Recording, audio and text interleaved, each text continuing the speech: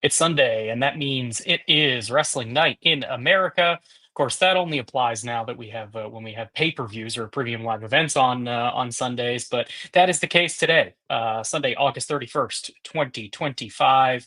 We just wrapped up WWE Clash in Paris, the first premium live event or pay-per-view to be held in Paris, France. They were, of course, in Lyon, France last year and this past week for Friday Night SmackDown. But the first official premium live event to be held in Paris today. Clash in Paris again just wrapped up, and we are here to talk about the show top to bottom. I am not doing that alone. My co-host today, PWTorch contributor Paul Weigle. Paul, welcome to the show. Hey, thanks, Brandon. Excited to be here. Yeah, for sure. As we kind of talked about a little bit in the pre-show, not a super noteworthy show in terms of news and developments. We've got a couple, but six matches, some good wrestling on this show. I think the story of the show, by and large, is the crowd.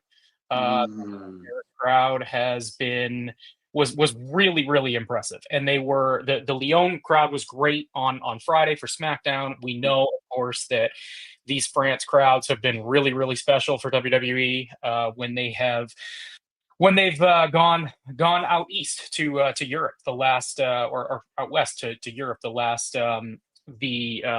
year or so. So a great crowd, really impressive top to bottom. They really brought their A game, and I think that aided the quality of this show significantly.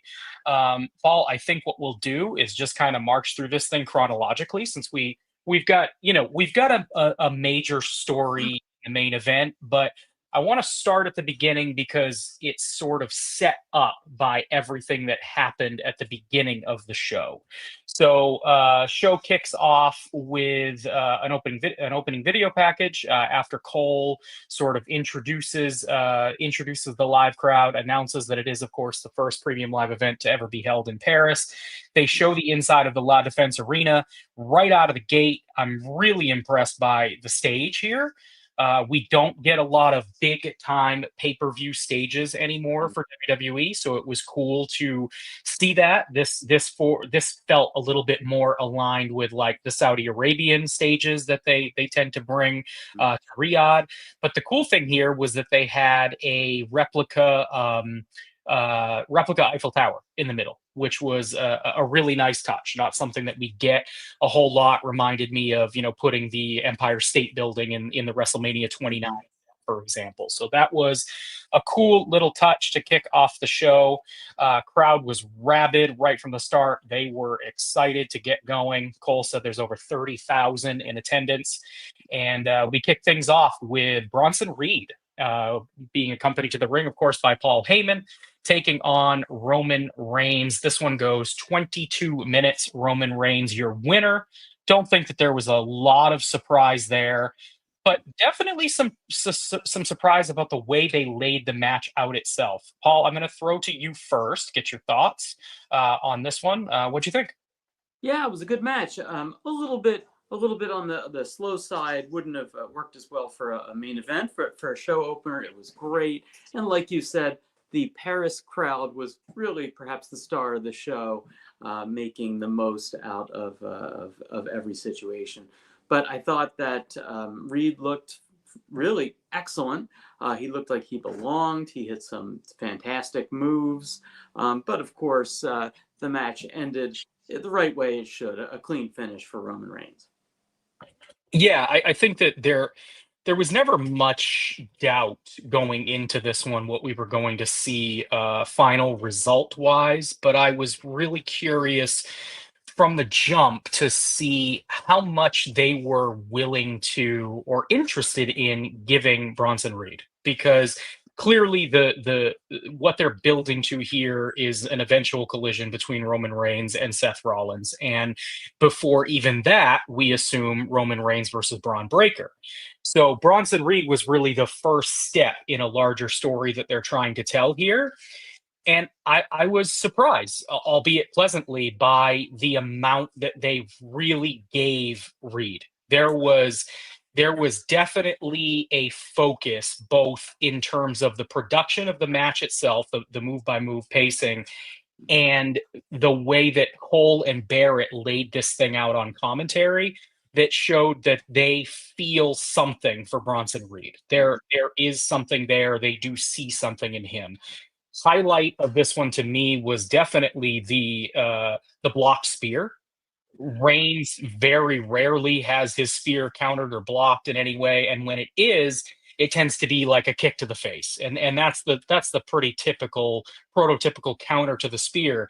But for him to hit Bronson, and Bronson just ate it. I mean, just Reigns basically bounced off of Reed's stomach, which was a really cool visual. I thought definitely the highlight of this match Wade overall. Barrett said, "Welcome to Planet Meatball," and that was appropriate. Yeah, definitely appropriate. Derek covered in the chat saying the opener was his preferred flavor of pro wrestling. I think that there's a lot of people involved in the torch who would probably agree with this assessment. Every moment is savored, no move or transition is wasted. He said Bronson's ready for the next step, and he has presence more than just big moves. I think that's the takeaway here. I mean, Reed looked good, and Reigns fed into him well, and the post match down certainly got over in a big way. We'll talk about that a little bit here. It sort of set up or set the tone for the rest of the night, and more importantly, where we were going to have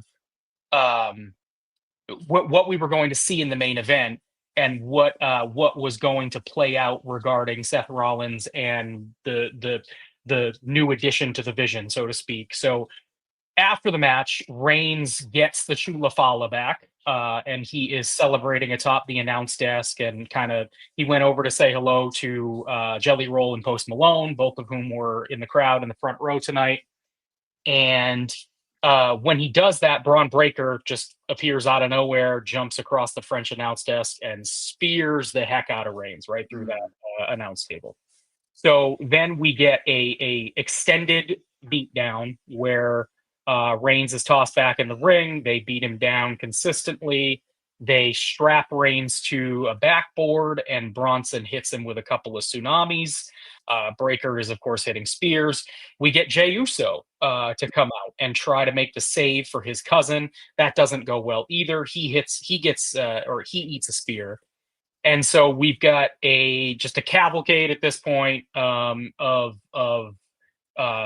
paramedics, EMTs, producers, referees, all heading down to the ring trying to separate this thing.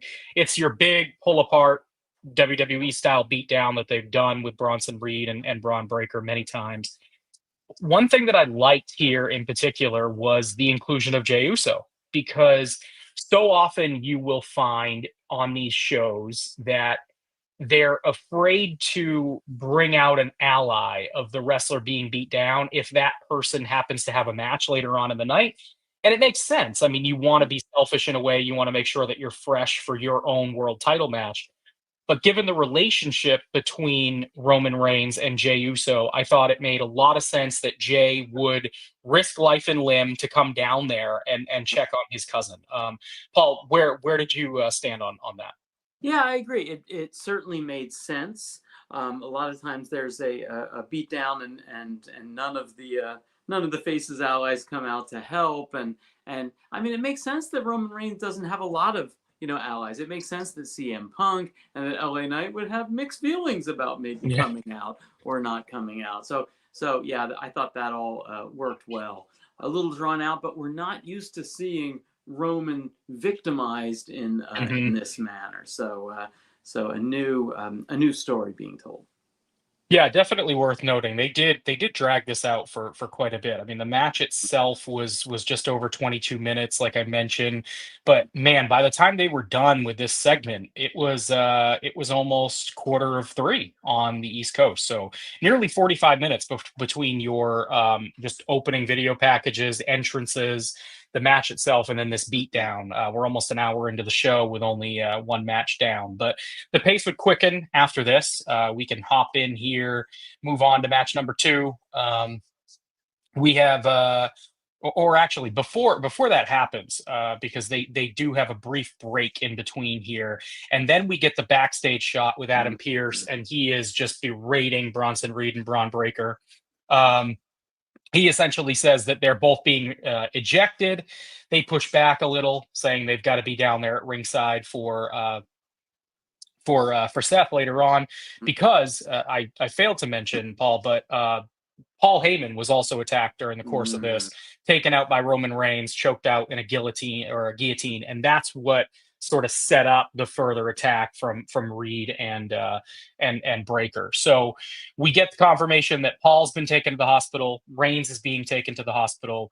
Breaker and Reed are then ejected from the building, and we're told, or Pierce tells them, that if they do interfere or if they show up at the building again, they'll be suspended indefinitely without pay. So we're set up for the fact that, hey, Seth has got to go this alone, or there might be someone else to come to his aid. So that's sort of teasing what's going on for the main event. So we move on to match. You're a savvier fan than I am, Brandon. I didn't think that there would be another player. Sounds like perhaps I should have, given the history of wrestling. They went a little heavy-handed with it. I assumed. I mean, the other option is that it doesn't happen and Seth loses the title. I mean, they could have been playing into that notion too, just sending the message that, hey, Seth can't get it done on his own, and then you're sort of giving the fans in Paris a little bit of hope that maybe someone else comes out on top. So I can buy that too. Yeah, and it helped. We've seen so much interference in these no DQ matches that I think it helped us to know at least we're going to get a more exciting match without the rest of the Vision there to interfere. Yeah. And Derek in the chat just noting, if you're going to do an angle, make it mean something. And that's just it. Not only did it mean something for long-term storytelling, but it meant something for tonight, because it sort of set the stakes and raised the stakes for the main event that we'll get to in a bit here. Match number 2, though, WWE Tag Team Championships on the line. The Wyatt Six, Joe Gacy and Dexter Lumis. They had the rest of the group with them down at ringside: Uncle Howdy, Eric Rowan, and Nikki Cross. They took on the Street Profits, who came to the ring with B-Fab. And this one goes just over 13 minutes. The Wyatt Six, your winner, to retain the Tag Team Championships. I thought that this was decent. I don't want to knock it too much, especially given its place on the card. I mean, it wasn't asked to do anything out of the ordinary. It was your pretty standard fare WWE tag team match. I continue to be hard to describe, both impressed and also a little disappointed in the tag division over on SmackDown, because I'm glad that they're giving them so much TV time and that they're putting so much effort into trying to make this thing work. But it just seems like it's not catching on. The crowd just has not been getting behind it. On top of that, you kind of had the weird crossover promotion for the Street Profits. Ryan in the chat bringing it up. They were wearing outfits inspired by the Borderlands game, which I presume is just a co-sponsorship WWE's got. But they didn't really promote the game. They just sort of mentioned it in passing. I think they did. I think Cole went into promoting it. Okay.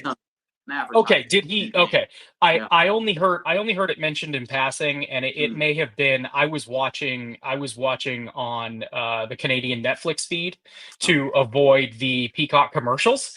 So they often will cut out some of the promotional stuff, and you'll just get silence. So that might have been why I didn't hear any specific reference. Just I think it was Barrett that I heard mention in passing that it was Borderlands inspired gear, but it felt a little random. I don't necessarily think of Borderlands when I think of the Street Profits. It was the other ones in the past have worked a little bit better in kind of. Like when Drew McIntyre had the Doom inspired gear. It seemed like an easier fit. Now I have to admit, I thought it might be a tell that the Street Profits were going to win, because usually the cosplay, advertisement act wins. be it Barbie or all the ones we had at the WrestleMania, were the winners of their respective matches. So glad that didn't happen. Yeah, and you could see them going in that direction because there just doesn't seem to be consistency with this tag division. They don't really seem to care all that much about moving the titles around. So it definitely seemed like it was a possibility. Brock brings up a good point in the chat here that I want to highlight, and it was kind of what I was thinking while watching this too. Bo shows up on Friday, and he's sort of playing that part of Karrion Cross, and he gets in the head of the Street Profits, causes dissension between the two of them, which we had not previously seen for quite a long time. Mm. Then they go into this match tonight, and seemingly out of nowhere, the Profits are having this issue to start the match, deciding whether or not they're going to, who's going to start the match, basically, and tagging each other in and out. And then they just abandoned it. It lasted a couple of minutes, and then that was it. We never heard a mention of it again for the rest of the match. So strange pacing here. I'm not sure if this is something they're going to revisit, but it came off a little thin. Where did you fall on it, Paul? Yeah, I mean, I'm going to give them the benefit of the doubt and say they're going to follow up on it, but it was the type of thing that you expected might even play into the finish, and Mhm. yet they just, after a couple minutes into the match, they just dropped it completely. You're right, very odd. Yeah, it's been par for the course in this tag division where, they have these start stop pushes, they have these start stop concepts and ideas.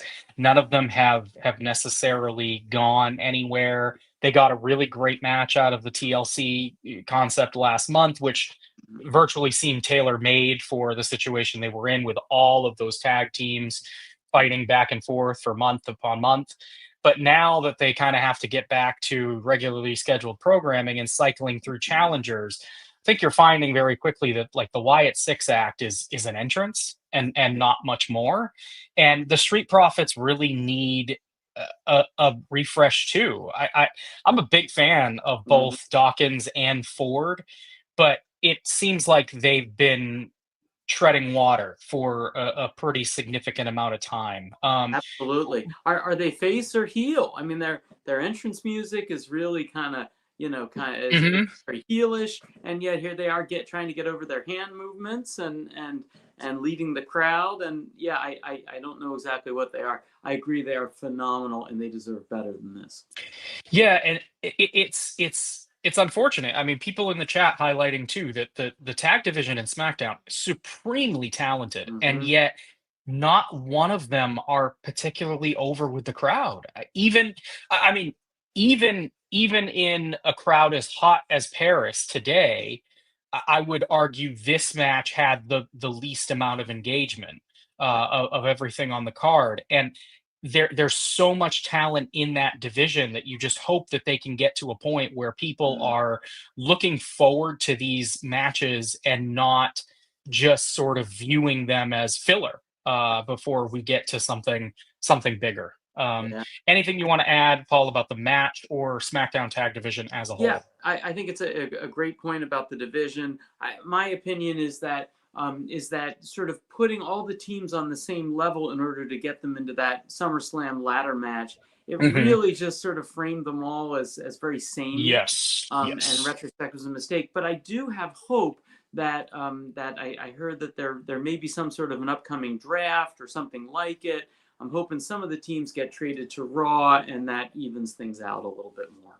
Yeah, it would be interesting to see a bit of a shake up there and see what they could do as far as just pick one of these teams and just go all in and raising their stock Hmm. Yep. significantly. Yep.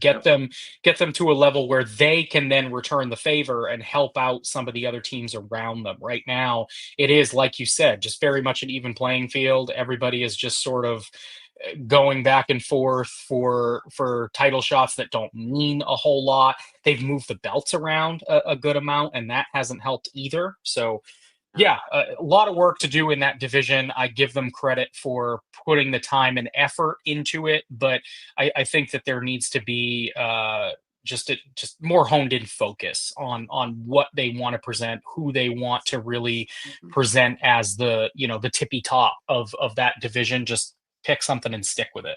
Yep. And having a garbage finish like tonight does not help. Yeah. Yeah, it doesn't help at all. I mean, the Wyatt Six interference is it's par for the course. It's what you expect out of this group. I think people want to see them get involved because they like Mhm. the Uncle Howdy hit character. The Sister Abigail finish is cool, but it feels samey. I mean, it just feels like a cop out to protect these teams that are losing to them. Yeah. Brock in the chat saying he liked the plague finisher. I did as well. I thought that looked good. Good for them Cool to have name too. something established. Yeah. What was that? It's got a cool name too. Wade Barrett Yeah. says once again Hmm. the plague wreaks havoc in Europe.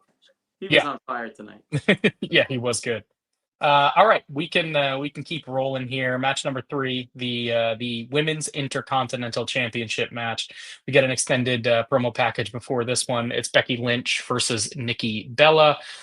Cole noted it's the first time that these two have ever gone one on one, which it makes sense, but at the same time, given how long they've both been around, it was a little surprising. It's a little surprising to hear that. Becky Lynch, your winner in just over 13 minutes. She catches her with a surprise 3 count on a backslide pin, which WWE tends to do these when they want to go back to this, which makes me think that this isn't the last we have seen of these two. Um, I was looking forward to this one. I think that for all the criticism that this version of Lynch's character has gotten, I've enjoyed the promo work. And I've enjoyed what Nikki has done since coming back too. I think she seems motivated. She's clearly in great shape. I think she wants to prove herself against this current crop of talent. Having never really wrestled full time in the current modern era of women's wrestling. I think that she's got the star power, she's got the presence. Her in-ring work had improved a great deal toward the tail end of her run. She's still several steps behind, the top women of this era, but that doesn't mean that she can't hang in a match like this with Becky. And I thought this was fine, but on the lower end of my personal expectation. I think that if they're going to go back to this, and I hope that they do, I hope that we learn that it feels like they were saving something, they were leaving something in Mhm. the tank tonight, and not going for all of it because I do think there is more story to tell there. What did you think? Yeah. First of all, I just have to say, I mean, Nikki Bella, for a woman in her 40s, I mean, Hmm. she's ageless. She looks like she'd be in her Hmm. 20s. And she's in such, must be in such phenomenal shape that she didn't even seem like she broke a sweat. Um, Yeah. the match never really, as you said, really got out of third gear. But it looks like physically it could have. So Hmm. um, I think they were fighting an uphill battle because they're a little bit miscast. Becky is so beloved, and I think Yeah. when fans boo her, we're mostly playing along. Yeah. Whereas Bella is a little bit unlikable, as a significant a figure as she is. So, yeah, she did seem really. Bella seemed very uncertain. She was out of place at times, and boy, what a whiff off that kick Yeah, that was rough. rope. Yeah. Yeah, but I thought they sold it off fine. That I think that the announcers didn't lean away tonight Yep. from mentioning when sort of botches happen. Hmm.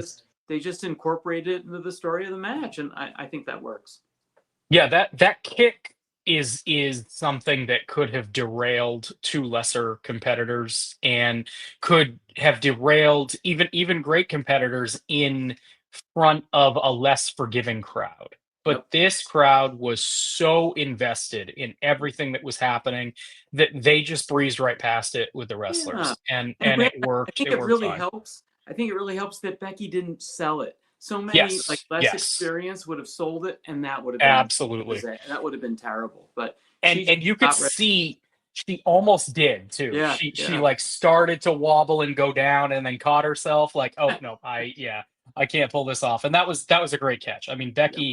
Becky is a pro's pro. And I think that like you alluded to, getting crowds to boo her is an uphill battle. People want to cheer Becky Lynch, even if the internet seems to indicate that her act is worn thin. You hear, Yeah. the quote unquote Becky Hogan thing all the time, which I don't put any stock into that. I don't find it Mm. credible at all, but Oh. it's a thing. It's out Huh. there. And so I just think that, like Seth Rollins, who we'll talk about later on, there is a large segment of this crowd that just wants to cheer the people that they really like. And Mm-hmm. Rollins and Lynch have an undeniable natural connection with the audience, and I think the crowd views them as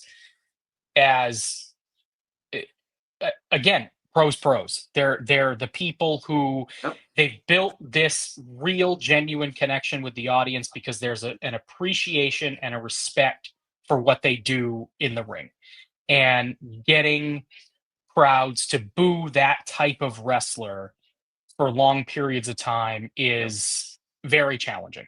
And I think we're seeing that firsthand. Agreed. I do think Becky's heel work has been a lot of fun with the recent Yep. promos, as you mentioned.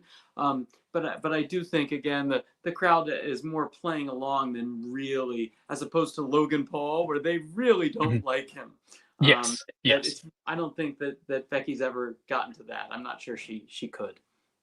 Yeah, there is a clear difference between the crowd playing along and booing Becky Lynch and the crowd booing Logan Paul. There's some real vitriol behind the Mm, Logan Paul boos. Usual and for good reason. I mean, mm, guy is a great wrestler, but uh we'll get to Paul's match in just a bit here, but we can head on to the fourth match of the night. Or actually, we did have a backstage segment in between here. Jey Uso was receiving some medical attention for the spear earlier on in the night. Adam Pearce checked in on him, and Jay told him that he was good to go, and he said he is bringing home that world heavyweight title later in the main event. I like this. I like that they had the through line throughout the show with various competitors in this match, and how what happened at the start of the show mm. sort of bled into the main event. I really like having a through line on these events. That stand out to you? Yeah, no, it was good promo here, and I like how the fact that that the rest of the division was banned from ringside, that wasn't announced before the show, didn't really give fans like me so much Mhm. time to think about all the possibilities. And then for me, when Becky showed up, it was a surprise. So I Yeah. think it worked. Had they announced it beforehand, I think that probably we would have thought about it and figured it out. But I agree. It worked really well with the flow of the show. Cool. So match number 4, Rusev and Sheamus in the good old fashioned Donnybrook match. I was really curious how this would play out because these two are great brawlers, great in ring wrestlers. The high octane, hard hitting, the whole thing. I love the whole package, but just straight up, the results when these two have gone one on one so far on Raw have not been great from a Mm, crowd investment perspective. The mm, Rusev came returned with much fanfare. It just didn't really amount to much. mhm, Sheamus has just sort of been floating around the mid card for a couple of years mm, now. There hasn't really been much direction to his character. This was the first time we've seen a concerted effort to really get behind Rusev since his return to the company. I I thought it was good. I mean, they gave these guys 20 minutes to go out there and pound the living hell out of each other, which is exactly what you would expect Sheamus and Rusev to do. mhm, Crowd ate it up. They I noted in my report for PWTorch.com that at the start here, when Rusev came out, you could almost hear a pin drop, which was a bad sign for a hot crowd with 30,000 plus in attendance. But he won them over very, very quickly. As soon as the action got going, they were pelting him with the Rusev Day chants, and he was feeding into it, trying to get them to stop. That helped work them up a bit. Rusev's a pro. He knows how to do this kind of thing. And Sheamus Sheamus was Sheamus. This is exactly what you can expect out of him at this point in his career. And it might overstay its welcome at times, but occasionally, if you want to give me one of these things where they just beat each other with blunt objects for 20 minutes, I'm not gonna complain. Paul, what did you think? Yeah, I agree. A great hard hitting match, but they had an uphill battle because neither of them has any momentum. Um, No, not at all. Sheamus said that Rusev, I made you relevant again. I think someone said somewhere that that was wishful thinking because unfortunately, I mean, as fantastic as Sheamus is, and I'm always amazed at his ability to have great matches, but he needs something more. You know, he needs a great physique or a mohawk or some partner to have some back and forth with or a faction, and he doesn't have any of that right now. But I loved how it was a clean finish. The ending was fantastic with Sheamus tapping out. I don't think he loses much there. And For gosh, only the second time too. I didn't know that, but Cole, I mean, good on Cole for bringing that up. yeah. So often they go for that pass out thing because they think Hmm. it protects the wrestlers. But Rusev needed a big. He really needed a big win, and he got one. Yes. So excited to see what comes next. Yeah, for sure.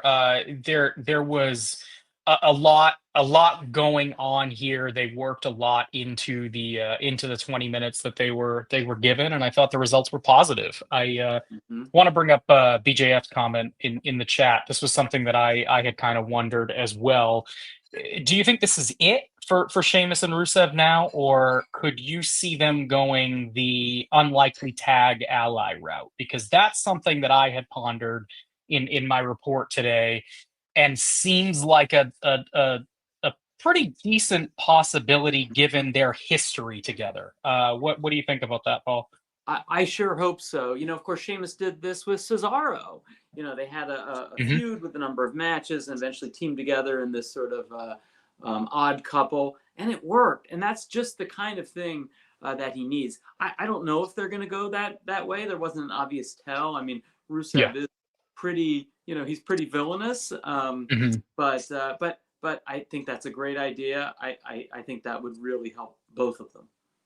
Yeah, Sadler saying he'd rather see Rusev stay as a singles for now. I can certainly see that argument. I mean, if this is able to catapult Rusev in any way with some momentum, I certainly wouldn't fault them for giving it a Hmm. shot. But if we start to see over the course of the next few weeks to a month where they aren't putting that sort of fire behind Rusev again, if that comes to fruition, I think that a tag team is a really good option here, especially given where the tag division is at on Raw. And if we Oh. are, Paul, as you said, if we are going to have some sort of draft or roster shakeup in the fall, Hmm. then there's going to be an influx of new tag teams coming to both divisions. You can send Sheamus and Rusev to SmackDown if you want, or you can get them a whole bunch of new opponents over on Raw.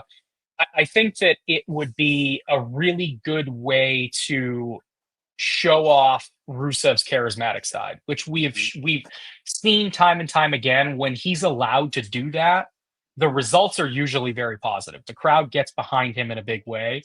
I know that Sheamus will bring that out of him. So it's just a matter of whether or not they want Hmm. that version of Rusev out there right now, or if they still think that there's something there with the Bulgarian brute style Hmm. that he's played so famously for much of his first run, and now the start of this second run. Agreed. Um, Anything you want to throw in there about this one before we keep marching on? Yeah, it was an unexpected treat. I mean, Yeah. the accolade on top of the whiskey barrels was, you know, was a memorable moment, and again, really benefited from a great ending. Yeah. So thumbs up. Cool. Got two matches left. They are, of course, the biggest of the show. Before we get to the first of those two, Wade Barrett did congratulate Michael Cole on being named one of the most impactful sports TV voices of the 21st century by the New York Times. So that was a cool little shout out for Michael Cole there. We get a video package for Cena and Logan Paul. and Paul's out first. Plenty of jeers from the Paris crowd. They were letting him have it right away, and Paul is incredibly good about egging them on, getting under their skin, and making sure that those jeers stay as loud as possible. They let the music lay out, everybody laid out, and just sort of let the anticipation build for Cena's entrance. And man, when that music hit, the roof blew off of that place. They were so ecstatic to see John Cena, and it was so unbelievably evident in that moment, if it wasn't already clearly evident by the shows over the course of the last month, that pulling the plug on the Cena heel turn was the right move. And we can debate the merits of the heel turn itself. I thought the original moment was incredible, and everything from that night on kind of just was a steep decline down to the point of no return. But they've gotten back to where they needed to be. They retconned the Cena heel turn as much as they possibly could, and here we are with him in his vaunted babyface role for the final few months of his career, with a perfect foil in Logan Paul, and this was quite a match, to say the least.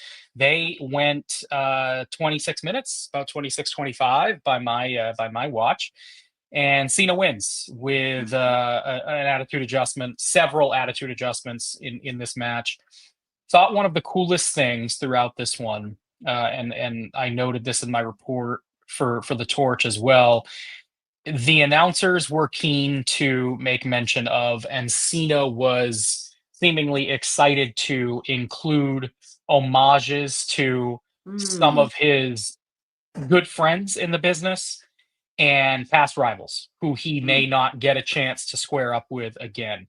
There were mentions of Cesaro, of course, Claudio Castagnoli, lots of uppercuts. Logan Paul hit a really nice looking pop-up uppercut to Cena.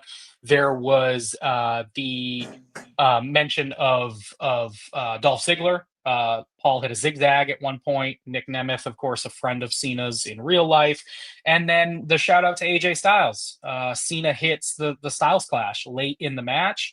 It was talked pretty heavily in the last couple of weeks that that Styles was viewed as one of the potential opponents for Cena on his final run, and it sounds like they're just not going to get to make that happen. But this felt like a shout out to Styles, and an acknowledgement of how beneficial he was during that course of their rivalry over the course of close to a year between 2015 and 2016, I think. Paul, take it away. Whatever you thought about the match. Brandon, I think that's fascinating. I did not sort of catch that. I didn't think about that, but of course the Styles Cena match was one of Cena's the best matches of his career, and so kind of amazing to think of him sort of honoring them in that way. But to say that Logan Paul was the perfect opponent for Cena is kind of an understatement. I mean, he made, first of all, it was a clear heel face dynamic that he provides, and he provided all the movement that Cena really can't anymore. And so the match was just really fantastic, a match of the night. And I do wonder, as sort of unfortunate as the heel turn was, if Cena's heel turn kind of made us all hungry for this version of Cena, and made us I think so. Appreciate it more, because I gotta say, like in January, I was not that excited for a final Cena heel run, as a face, but I think it really is clicking on all cylinders now, and Logan Paul gets a lot of the credit. Yeah, Paul it's unfortunate, because every time Logan Paul wrestles, I have to come on here with the caveat of, like, I don't want to like Logan Paul. That is not in my prerogative, and I have plenty of issues with Logan Paul the human. But Logan Paul the pro wrestler is about as impressive as it gets, and he just continues to show up in big match situations. I thought the expansion of his offense tonight was really impressive, feeding into a lot of those moves that Cena was going for looked really good. And I don't some of those moves that Cena pulled off, I don't know that he pulls them off with an opponent lesser than Logan Paul, because Mhm. Paul is just able to create so much movement for everyone that he's in the ring with, and they were so good at getting the crowd to eat out of the palm of their hand. The same way that Reigns and Bronson Reed were in the opener. Cena is a master at reading the audience. And I thought Logan Paul, though he was, playing second to Cena and following his lead, Mhm. Paul shows a lot of those similar instincts. He Mhm. knows when to lay out and let the moment breathe, and to turn and play to the crowd, and all of those things. They don't they can be taught, but to some extent it has to come naturally to a wrestler, and Paul is showing time and time again that it just comes so incredibly naturally to him. Mhm. uh so we've got 3 months left on this Cena retirement tour. Obviously, we know, for better or worse, we're going to get a match with Brock Lesnar in there. Is there anyone else, Paul, for you, that you would really like to see on this closing stretch? Well, I think there's been some suggestion that maybe Drew McIntyre might Mhm. be a final opponent for Cena, and I sure would love to see that. I think Drew is just phenomenal, and I'd love to see what the two of them can do together. How about you? I Any on the wish list? Yeah, Drew definitely stands out. I'd love to see Drew. I'd love to see Drew get the win over Cena, Mm, if that's the route that they go, because I get that there's plenty in just letting Cena go out there, play the hits, and beat your guys. But at the end of the day, these guys are going to be around long after Cena's gone, and the company needs credible, major, big time heels with big wins under their belt. And Drew's a guy that I would be willing to spend a Cena loss on. mhm. Drew is definitely one. Gunther is another who Uh, I could see. yeah. They've talked about him maybe being the final opponent for Cena. Mhm. I don't know if they are going to go that route with it being someone he's never faced before, but it's certainly interesting. There's definitely wrestlers that I'd love to see Cena face that we can't Mhm. get one more time. The chat mentioned Edge, Adam Copeland, for example. Mhm. We certainly can't hope to see that, but I think there are still a number of opponents out there that could prove really interesting, for Great. one final go with Cena. Yeah, Seth Rollins would give him a great match too. Yeah, Seth would be a lot of fun too. I think if they go down that road, obviously you got to get the title off of Seth. I don't think you want to Mhm. muddy the waters with Cena in a world title again. But yeah, I definitely think that would be an interesting avenue to explore too. There's also the thought of, I don't know that they'll do it at this point, but I mean, Cena never held the Intercontinental title. Hmm. And so you wonder if there's something there. Dominic Mysterio is a fun foil for John Cena. I mean, it's Okay. not gonna be the greatest match by any stretch, but depending on what Cena has for dates, man, I would not hate them putting that out there. I think Dom could get so much heat on Yeah. this iteration of Cena. And I think Cena brought up Dom on a recent SmackDown. I think He he's may on have, yeah. the list of talent. I have to say, I know that Wade is a big fan of Dominic. I just don't see it.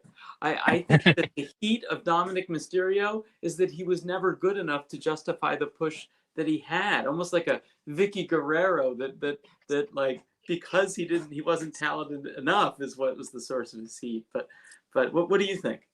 I've come around on Dom. I think I was for a time closer to where you sat, and I've Mm, started to come around on it. I think that I'm starting to see the appeal. I don't he I know that there are some that would argue that he's like main event capable. Mm. main event caliber. I don't know that I view him at that level, at least not yet. I think where he is now feels like peak Dom to me, Mm-hmm. but that could change. I mean, if as he further grows in to himself and to the character, I mean, I'm not willing to rule out that he's got something more in him. But I Yeah. do think he's been valuable in this role Mhm. for sure. I would have sworn to you 6 months ago that Naomi would never be worthy of a main Yeah, event, and look what she did. yeah. So I'd be happy to be surprised again. For sure. All right, we've gotten through this. Paul, we're up against the clock a little bit here. For those in the chat, we are running on a bit of a time crunch today, so we are walking through this fairly quickly. I do think it was a fun show, but not super noteworthy in terms of happening. So it allows us to be a little bit more brief in our comments. But we'll move on to the main event here, Paul. The Fatal Four Way for the World Heavyweight Championship. Before that, they did confirm the official attendance as 30,323 or so. That is, of course, their reported attendance. The official numbers will be available at a later date, as everyone is, I'm sure, accustomed to. But backstage, Jackie Redmond was posted up outside of Seth Rollins' locker room. She got a quick interview with him on his way to the ring. He basically said that, hey, he's going to do it alone. He chose the vision, but he doesn't need the vision. So he said if he can't keep the title by himself, maybe he doesn't deserve to be champion. A Mm-hmm. little bit of foreshadowing there as we head into the main event. So then we get our closing match. It's Seth Rollins defending the World Heavyweight title against Jey Uso, LA Knight, and CM Punk. This is all built upon everything that we talked about that started the show. Jey Uso coming to save Roman Reigns, eating a spear from Braun Breaker. He's nursing the rib injury. We've got tension building between Knight, Punk, and Jey Uso. Thought they did a really good job throughout the match, teasing that. But Seth Rollins, your winner in just under 25 minutes to retain the World Heavyweight Championship. He does so because of his wife, Becky Lynch, who is, it looks like, the newest member of the Vision.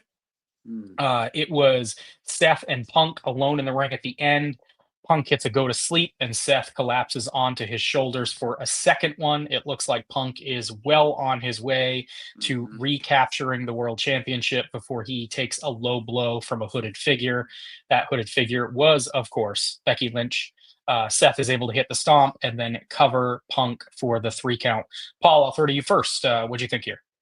This one also had a little bit of an uphill battle in that it just I don't think there were many wrestling fans out there that didn't think that Rollins was going to retain. It's so Yeah, early, yeah. his title, and WWE has the booking has a history of doing these four-way matches where the champion retains. So that was that made it a little bit difficult.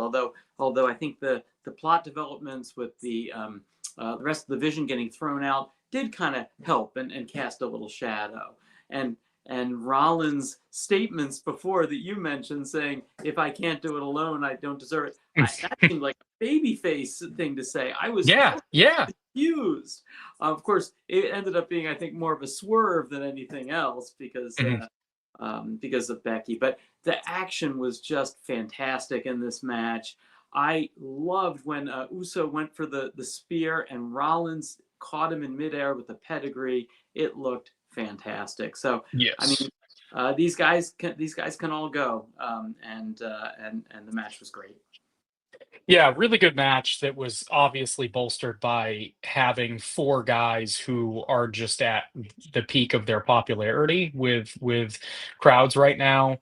Obviously, Paris being as rabid as it was from start to finish tonight just aided that even more. You have Mhm. four supremely over and talented wrestlers who the crowd is just itching to see throughout the night, and then they finally get them in this sort of car crash style main event.